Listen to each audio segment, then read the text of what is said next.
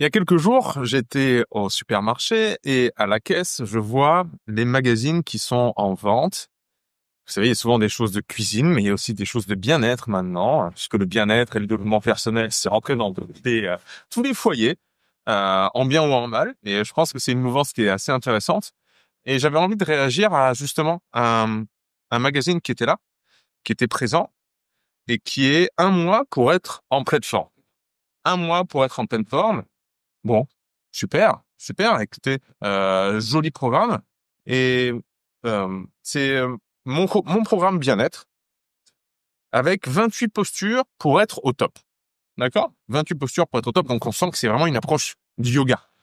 Euh, Moi, ce que je comprends du yoga, comment ça m'a été enseigné, c'est que ça n'a jamais été le but, ça n'a jamais été d'être, ça n'a jamais été le bien-être. Ok, donc déjà, bon, on voit bien que c'est pris sous forme un peu utilitariste, c'est-à-dire on prend le yoga pour le bien-être, alors que c'est quand même beaucoup plus une voie, le yoga, comme les arts martiaux, comme c'est quelque chose de beaucoup plus grand, c'est philosophique, c'est spirituel. Ça doit pas servir à se sentir bien dans sa peau. Ça peut déboucher sur ça, mais je pense que c'est assez réducteur d'aller là. Mais bon, bref, essayons de ne pas avoir d'a priori. Là où je veux arriver, c'est que dans le sommaire, la première semaine est dédiée aux émotions. Donc, c'est libérer vos émotions pour la première semaine. Et dans ce premier chapitre, pour la libération émotionnelle, j'aime bien l'introduction. L'introduction, on parle des émotions avec des émotions, des termes comme les émotions font partie intégrante de la vie. Très bien. Les émotions sont fondamentales. Quelles sont les émotions fondamentales? Eh bien, la joie, la tristesse, la colère, etc. Super. Les émotions sont des messagères, voilà, comme porteurs de messages, très bien, donc il faut les écouter. Génial. Donc ça, franchement, la petite introduction est super. Mais derrière, pour la gestion émotionnelle, on nous propose, en fait, la respiration carrée. On nous propose des pratiques de corps comme ça, où on va faire des abdos. Ou bien des pratiques de yoga, des postures, des asanas, comme on dit. Et moi, je me suis dit, mais bon sang, la gestion émotionnelle, c'est pas c'est pas des outils comme ça. La gestion émotionnelle, euh, comment dire, ça ne fera jamais le job de faire une posture de yoga, ou bien une respiration, ou bien du sport, ou bien un bain froid, ou bien des douches froides. Ça ne fera jamais le job. Si vous êtes triste parce que vous avez connu un échec ou que quelqu'un vous a manqué de respect, si vous êtes en colère contre votre patron parce que votre patron est tyrannique, euh, peu importe en fait au niveau émotionnel où vous en êtes, et si ça crée tellement de turbulences en vous que c'est invivable, faire une respiration en carré ne fera jamais le job. Ça fera jamais le boulot. On est bien d'accord. Ce qui fera le boulot, c'est la mise en place, la mise en œuvre d'une action incarnée qui va être la véritable action nécessaire maintenant. C'est-à-dire que si c'est votre patron, le problème, le relationnel plutôt que vous avez avec votre patron ou votre patronne, c'est la discussion que vous allez avoir avec elle ou avec lui qui va changer la donne. Si c'est une ambiance tyrannique qu'il y a au bureau, parce que vos collègues de bureau, vous pouvez pas les saquer, et que eux non plus, visiblement, ils peuvent pas vous voir, c'est pas en faisant des respirations carrées dans les toilettes que ça va mieux se passer.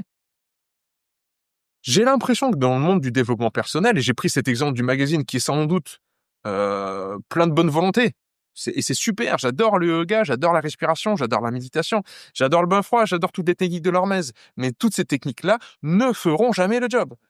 Hein, c'est quelque chose que j'ai déjà dit dans pas mal de vidéos et de podcasts, bien sûr, mais je pense qu'il faut le répéter, parce que je vois encore beaucoup de monde qui essaye de résoudre les problèmes fondamentaux de leur vie actuelle, problèmes de couple, un deuil, une gestion émotionnelle quelle qu'elle soit, par des outils comme ça.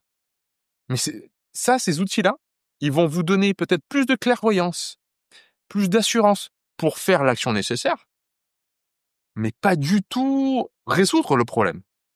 D'accord? Ils peuvent vous donner plus de confiance en vous, ponctuellement, c'est vrai, mais ça va pas vous dédouaner de faire l'action nécessaire. Peut-être la conversation très importante que vous devez avoir avec votre femme ou votre mari ou votre enfant ou vos parents. Ça ne peut pas être zappé, en fait, par une respiration carrée. Ça me fait rire, je suis désolé, mais ne croyez pas que des postures de yoga, ou bien un bain froid, ou bien de la musculation, une séance de sport, va faire le job à votre place. Pour reprendre les propos de Jordan B. Peterson, qui a autant de fans que de détracteurs, mais moi je l'aime personnellement beaucoup. Il avait une citation, je trouvais absolument remarquable, qui était « Imaginez votre vie dans 5 ans si chaque jour vous faisiez les choses que vous devez faire. » C'est tout. Les choses nécessaires, les choses que vous devez faire, les choses que vous savez être importantes à faire, c'est-à-dire les conversations importantes, les décisions, les grandes décisions de votre vie chaque jour, et les petites. Ranger chez soi, ranger sa chambre, faire la vaisselle, je sais pas moi. Toutes les petites choses et les grandes choses importantes, imaginez vous les faites. Rien que ça, imaginez vous les faites toutes. Imaginez votre vie dans 5 ans. Si pendant 5 ans, vous faites toutes les choses qu'il faut que vous fassiez. Ça, c'est fort, ça, comme pensée. Comme imaginaire. Mais moi, ça, je vous invite vraiment à le considérer. Et moi, ce que je vous propose dans le manuel émotionnel, qui est disponible sur hormes.com, c'est le cadran de l'inaction. C'est-à-dire, c'est sans doute la participation que j'ai le plus à offrir dans les sciences cognitives, c'est ce cadran-là. Le cadran qui va de l'ennui au burn-out. Ennui, anxiété, état de flow et hormèse, dépression, burn-out. Pour chaque étape, il y a des émotions associées. Mais pour chaque étape, il y a des émotions pour qu'on les comprenne, mais aussi pour qu'on les transcende. Et ça passe évidemment par des outils comme on a pu voir dans le magazine. Passer par le corps, passer par la respiration, passer par l'exercice physique, mais ça ne dédouane jamais de ce qui est important à faire. Ça ne dédouane jamais de ce que veut dire l'émotion. La tristesse, la colère, la joie, peu importe. Tout ça, là, c'est pour vous montrer, pour perturber votre linéarité, pour vous montrer le chemin à arpenter. Et les outils tels qu'ils sont dans ce magazine ou bien dans mon livre ne sont là que pour vous donner des armes supplémentaires d'arpenter le chemin. Des nouvelles chaussures, rendre les muscles plus forts pour gravir le chemin, ou bien éclairer le chemin avec une nouvelle lampe torche. Ok, c'est très bien ça, ça fait partie de l'attirail que vous allez avoir, mais ça ne vous dédouane pas du fait d'arpenter le chemin. Et c'est sur le chemin, qui est nécessairement difficile, mais souvent joyeux, ardu, mais joyeux, que se trouve véritablement le sel de la vie. La beauté même de vivre. Donc je vous invite à découvrir le manuel émotionnel, à repérer les limites des outils comme ça, qui restent des outils et non pas des solutions. La solution, ce sera toujours l'acte en tant que tel. La décision, la prise d'acte, incarner l'inaction, comme dirait Varela, dont je parle beaucoup dans le manuel émotionnel. C'est ça la solution, c'est l'acte. Les outils servent l'acte, mais les outils ne sont pas l'acte. À bientôt.